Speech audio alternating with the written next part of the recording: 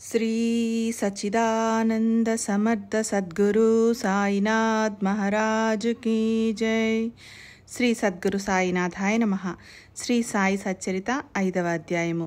ఈ అధ్యాయంలో చాంద్పాటిల్ వృత్తాంతం, బాబా నీరు మోసి పూల తోటను పెంచటం, గంగాఘీరు, జానకీదాసు, దేవీదాసులతో బాబా సహవాసం, మొహుద్దీన్తో బాబా కుస్తీ, డెంగ్లేపై ప్రీతి, జవహరాలి వృత్తాంతాలను శ్రవణం చేద్దాం.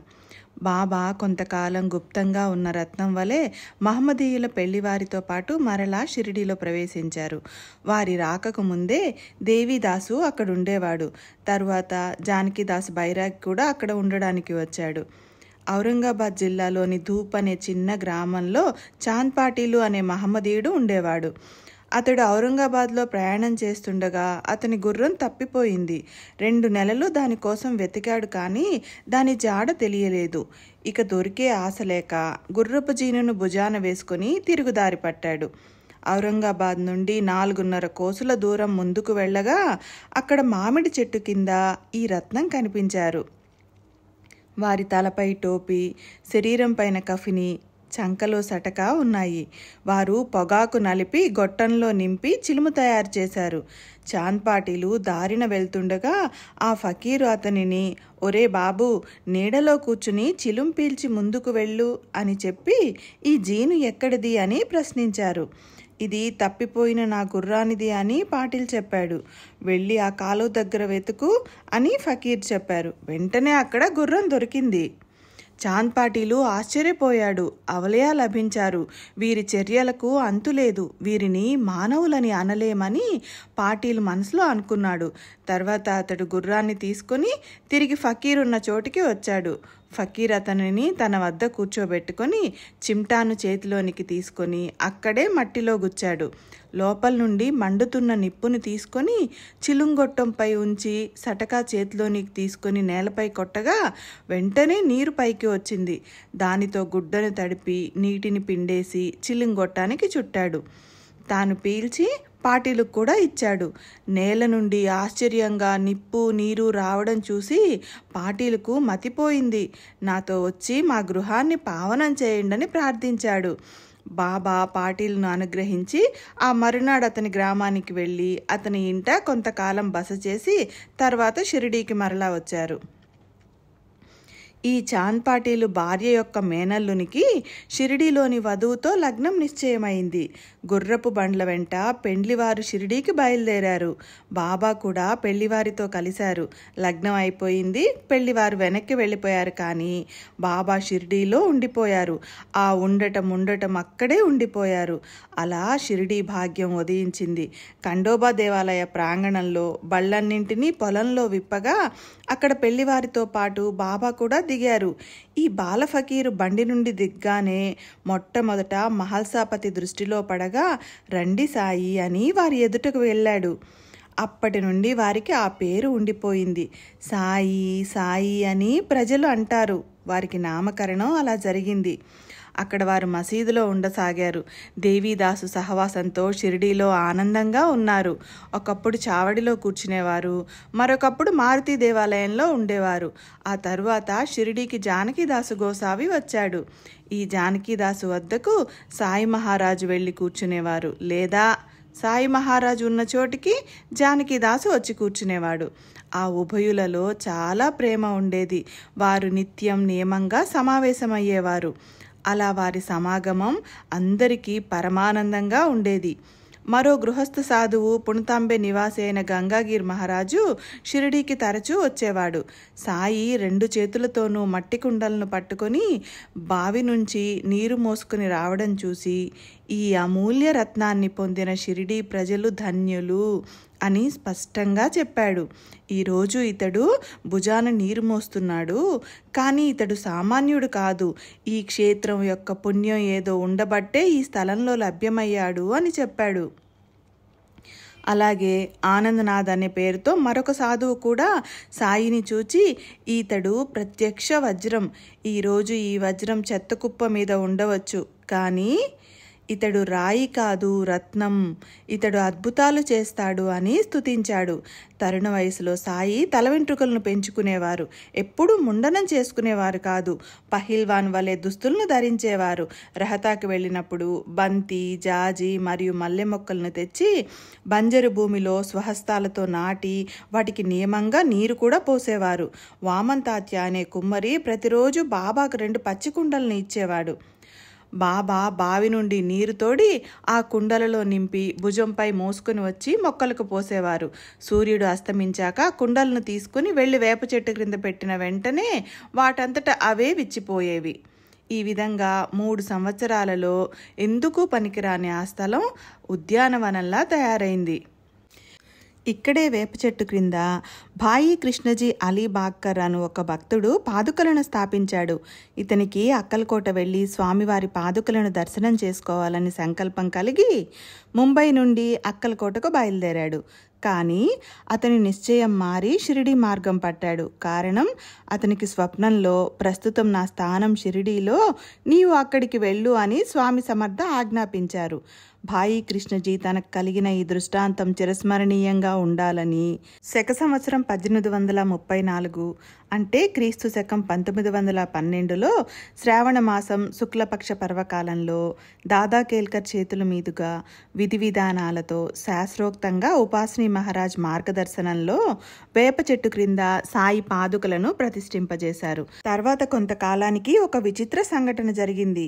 మొహుద్దీన్ తంబోలి అనే వానికి బాబాకు మధ్య ఏదో విషయంలో వివాదం ఏర్పడి అది కుస్తీకి దారితీసింది. బలవంతుడైన మొహుద్దీన్ చేతుల్లో బాబా ఓడిపోయారు. అప్పటి నుండి బాబా తమ దుస్తులన్నీ మార్చేశారు. లంగోటీని కట్టుకొని కఫనీని తొడుక్కున్నారు. తలకు రుమాలును చుట్టుకున్నారు. వారికి కూర్చోవడానికి ఆసనం గోనెపట్ట, పడుకోవడం కూడా గోనెపట్ట పైనే. పాత చింకి గుడ్డలను ధరించి వానితోనే సంతృప్తి చెందేవారు. మహారాజు పదవి కంటే పేదరికం శ్రేష్టం. పేదరికం అసలైన రాజరికం.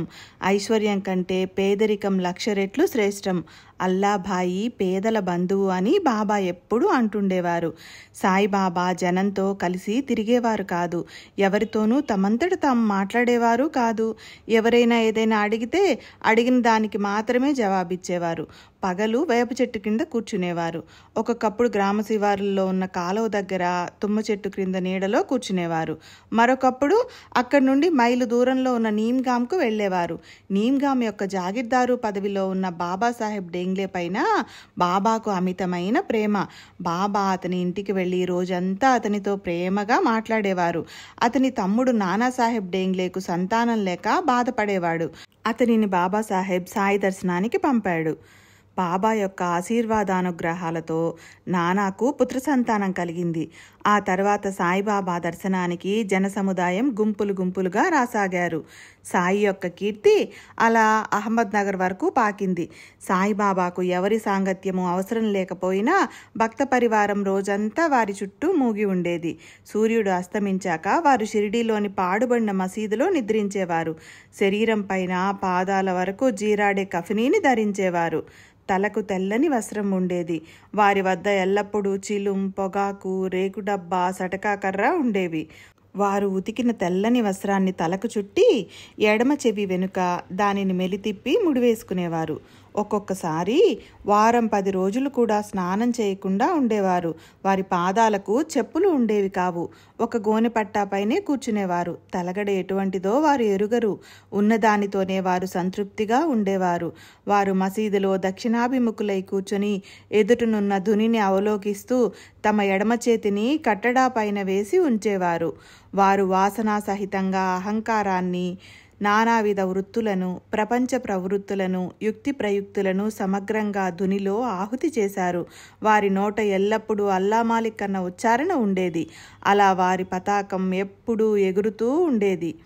మసీదులో నివసించడానికి రాకమునుపు బాబా తకియాలో చాలా కాలం ఉన్నారు. అక్కడ వారు తమ కాళ్లకు గజ్జెలు కట్టుకొని ఖంజరీ తాళానికి అనుగుణంగా అతి సుందరంగా నృత్యం చేసేవారు. భక్తితో శ్రావ్యంగా పాడేవారు కూడా. సాయి సమర్థులకు దీపోత్సవం అంటే చాలా ప్రీతి. అందుకోసం వారు స్వయంగా రేకు డబ్బా చేత పుచ్చుకొని నూనె వర్తకుల అంగళ్లకు వెళ్ళి నూనెను ఉచితంగా అడిగి తెచ్చి ప్రమిదల్లో నింపేవారు. ఇంకిగుడ్డలతో ఒత్తులను చేసి దేవాలయాల్లోనూ మసీదులోనూ దీపాలను వెలిగించేవారు. ఇలా కొన్నాళ్లు జరిగాక బాబా నూనెను అడగడానికి వెళ్ళగా వ్యాపారులందరూ కూడబలుక్కొని నూనె లేదని చెప్పారు. అప్పుడు బాబా మౌనంగా తిరిగి వచ్చారు. నూనె లేకుండా ఏం చేస్తారో అని వర్తకులు ఆసక్తిగా చూడసాగారు. అప్పుడు ఆశ్చర్యంగా అద్భుతం జరిగింది. బాబా మసీదులో పిట్టగోడ పైనున్న రేకు డబ్బాను తీసుకున్నారు.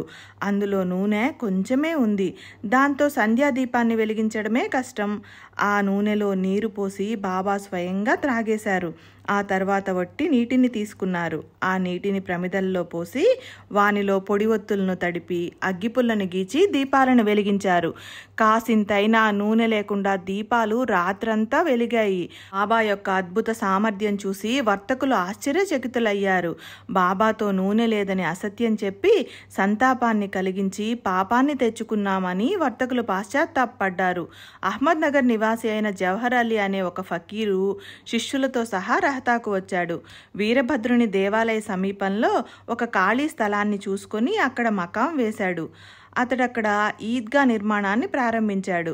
అలా కొంతకాలం గడిచాక వీరభద్రదేవుని అపవిత్రం చేస్తున్నాడన్న ఆరోపణపై ఆ ఈద్గా పని ఆగిపోయింది. ఫకీరును ఊరి నుండి బయటికి గెంటివేశారు. అక్కడి నుండి అతడు షిరిడీకి వచ్చి మసీదులో బాబా వద్ద ఉండసాగాడు.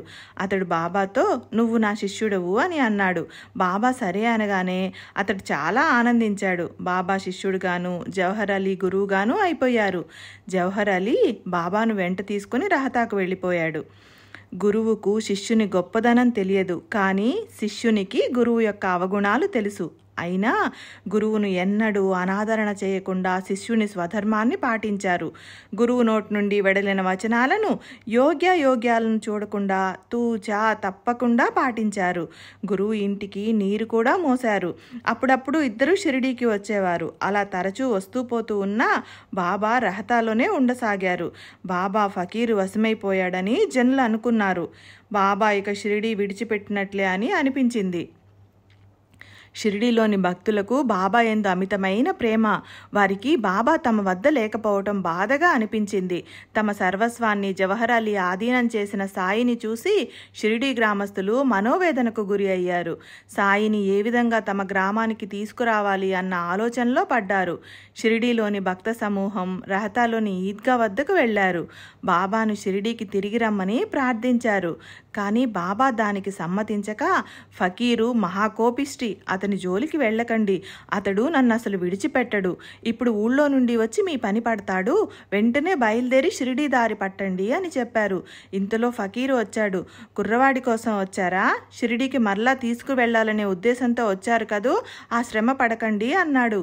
కానీ గ్రామస్తుల ఒత్తిడికి లొంగి కుర్రవాని వెంట నన్ను కూడా తీసుకుని వెళ్ళండి అని అన్నాడు. ఆ విధంగా ఫకీర్ కూడా బాబా వెంట వచ్చాడు. సాయి పరబ్రహ్మమూర్తి, జవహర్ అలీ భ్రమలతో కూడిన గుమ్మడి పండు.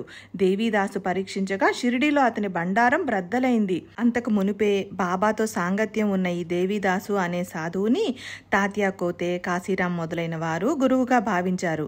అతని వద్దకు ఈ జవహర్ అలీ ఫకీరును తీసుకుని వచ్చిన తరువాత శాస్త్రాలపై వాదోపవాదాలు జరిగాయి. దేవీదాసు ఫకీరును ఓడించగా అతన్ని అక్కడి నుండి తరిమివేశారు. అలా వెళ్ళిన ఆ ఫకీరు అనేక సంవత్సరాలకు తిరిగి వచ్చి సాయినాథునికి నమస్కరించాడు. తను గురువు, బాబా శిష్యుడు అన్న అతని భ్రమ తొలగిపోయింది. బాబా అతన్ని పూర్వం వలెనే గౌరవించారు. పాశ్చాత్తాపంతో అతడు పరిశుద్ధుడయ్యాడు.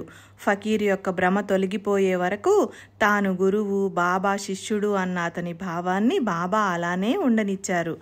మనం ఎవరికి సంబంధించిన వారమైనా కావచ్చు, లేదా ఎవరినైనా మనవారిగా చేసుకోవచ్చు. దీనికంటే వేరుగా ఉండటం మంచిది కాదు. దాని వలన భవసాగర తీరాన్ని చేరుకోలేరు. ఈ సందర్భంలో ఇది ఒక బోధ. తమ హితాన్ని సాధించదలచిన వారు అభిమానరహితంగా ప్రవర్తించాలి. స్వస్తి శ్రీ సాయి సమర్థ సచ్చరితంలో శ్రీ సాయి పునఃప్రకటనమను 5వ అధ్యాయం సంపూర్ణం. శ్రీ సద్గురు సాయినాథార్పణమస్తు. శుభం భవతు. శ్రీ సచ్చిదానంద సమర్థ సద్గురు సాయినాథ్ మహారాజ్ కీ జై.